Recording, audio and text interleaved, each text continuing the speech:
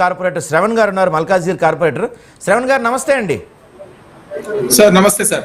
Sir చెప్పండి, ఏంటి ఇప్పుడు ఇంత పెద్ద వివాదం జరుగుతుంది? దాదాపుగా బీఆర్ఎస్ వాళ్ళేమో కాంగ్రెస్ తప్పంటున్నారు, కాంగ్రెస్ వాళ్ళేమో బీఆర్ఎస్ తప్పంటున్నారు, కొంతమంది ఏమో బీజేపీ పెద్దలు ఇది హెచ్సిఎం అంటే హైదరాబాద్ సెంట్రల్ యూనివర్సిటీ అంటే ఇది కేంద్ర పరిధిలో కూడా వస్తుంది, కేంద్రం కూడా దీనిపై నిర్ణయం తీసుకోవచ్చు అంటున్నారు. ఎవరేం మాట్లాడినా చివరికి రోజు దాదాపుగా మనం కొన్ని రోజుల నుంచి చెట్లు కొట్టేసి అంతా చూస్తూనే ఉన్నాం. ఏంటి దీనికి సొల్యూషన్ ఏంటి అంటారు? ఎవరు కావాలని చేస్తుంటారు ఇదంతా కూడా? ఇప్పుడు ముందుగా ప్యానెల్లో ఉన్న వాళ్ళందరికీ నమస్తే అండి.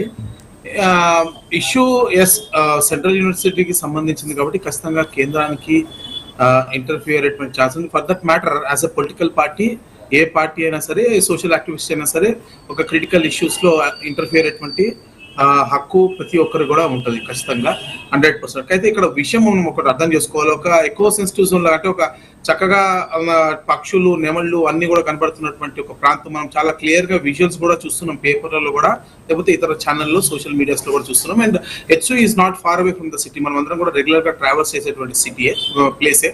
అక్కడి నుంచి ఎంత ప్రశాంతమైనటువంటి వాతావరణం ఉన్న దగ్గర అర్జెంట్ గా ఇప్పటికిప్పుడు మరి ఆ భూమిని స్వాధీనం చేసుకొని అక్కడ ఉన్నటువంటి పశుపక్షాదులను వెళ్ళగొట్టేసి అక్కడ భూముల్లో ఏదో కట్టేయాలన్నటువంటి తొందర ఈ ప్రభుత్వానికి ఎందుకు ఉన్నదన్నదే ఇప్పుడు మన ముందున్నటువంటి ప్రశ్న. గతంలో ఉన్నటువంటి టిఆర్ఎస్ పార్టీ కూడా మరి భాగ్యనగరం చుట్టూ ఉన్నటువంటి భూములపైన చిత్తశుద్ధి లేదు అనేది వాళ్ళ పరిపాలనలో మనం చాలా క్లియర్ గా చూసినాం.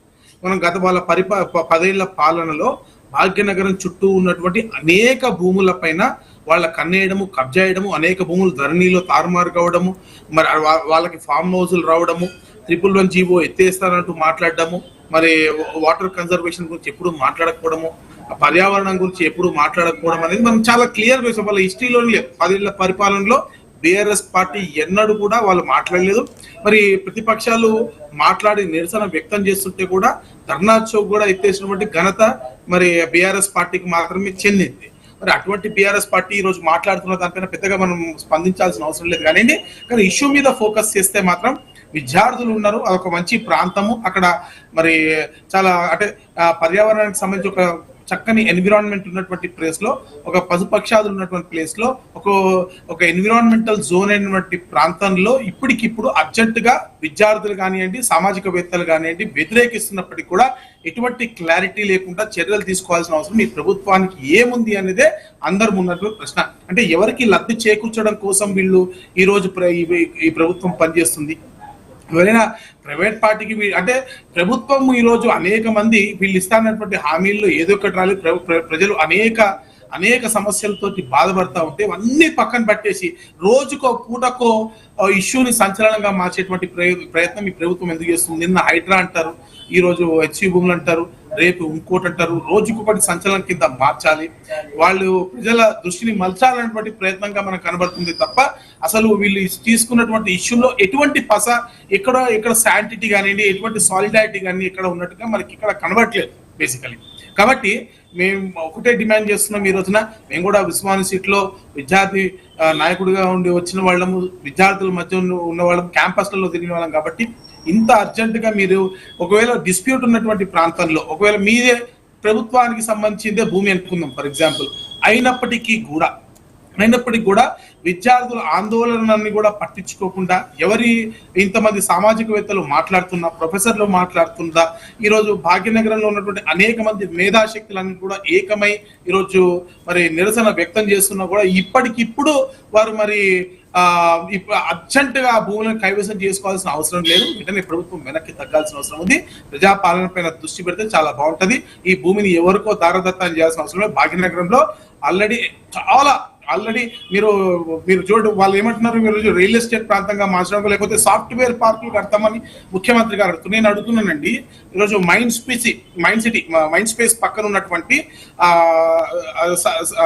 సలార్పురి పార్క్ కానివ్వండి, లేకపోతే ఆ వెనక కట్టిన బిల్డింగ్స్ కానివ్వండి, బయోడైవర్సిటీ వెనక కట్టిన బిల్డింగ్స్ కానివ్వండి, ఆ అక్కడున్న జోన్స్ లోనే ఆక్యుపెన్సీ లేదు. అనేక బిల్డింగ్స్ ఇంకా ఖాళీ ఉన్నాయి. అక్కడే ఆక్యుపెన్సీ లేని బిల్డింగ్స్ అంతా అన్ని ఫెసిలిటీస్ ఉన్నాయి. అక్కడ ట్రాన్స్పోర్టేషన్ ఉంది, రోడ్లు ఉన్నాయి, మీకు షాప్స్ ఉన్నాయి, అంటే ఈజీ కమ్యూట్ ఉంది, మెట్రో ఉంది, అన్ని రకాల వసతులు ఉన్నటువంటి ప్రాంతాల్లోనే ఇంకా 100% ఆక్యుపెన్సీ లేనప్పుడు మళ్ళీ ఇతర ప్రాంతాలైనటువంటి నగరంలో ఇతర ప్రాంతాలైనటువంటి పోచారం కానివ్వండి, ఆదిపట్ల కానివ్వండి, ఇవి కూడా 100% ఆక్యుపెన్సీ లేనప్పుడు అర్జెంటుగా ఇక్కడే సాఫ్ట్వేర్ కంపెనీలు కట్టాల్సిన అవసరం ఈ ప్రభుత్వానికి ఏంటి అనేది ఎవరికి అర్థం కానటువంటి ప్రశ్న, $1 బిలియన్ ప్రశ్న. ఈరోజు మరి ఈ ఒకవైపు ఇది చేయడమే తప్పురా బాబు అంటే నిరసన వ్యక్తం చేస్తున్నటువంటి విద్యార్థులపైన, మేధావులపైన ఇష్టానుసారంగా లాఠీ చార్జ్ చేయడం, పోలీసులు అంటే ప్రజాస్వామ్యం ఎట్టిపోతుంది. ఈరోజు గత 10 సంవత్సరాల నుంచి మీరు గొంతు దించుకొని టీఆర్ఎస్ పార్టీ పైన మాట్లాడారు కదా, కేంద్ర రాష్ట్ర ప్రభుత్వాలను మాట్లాడారు, టీఆర్ఎస్ పైన మాట్లాడారు, ఈరోజు ప్రజాస్వామ్యం గురించి మాట్లాడారు, మా నాయకులను జైలు పంపించారని మాట్లాడారు, విద్యార్థి ఉద్యమాలను అంచేస్తారని మాట్లాడారు, ధర్నా చౌక్ ఎత్తేస్తారని మాట్లాడారు. మరి మీ ప్రభుత్వం ఎందుకు ఇంత నిరంకుశత్వంగా పనిచేస్తా ఉందని మీరు ఒక్కసారి అర్థం చేసుకోవాల్సిన అవసరం ఉంది. కాబట్టి దీన్ని భారతీయ జనతా పార్టీ తీవ్రంగా ఖండిస్తా ఉంది.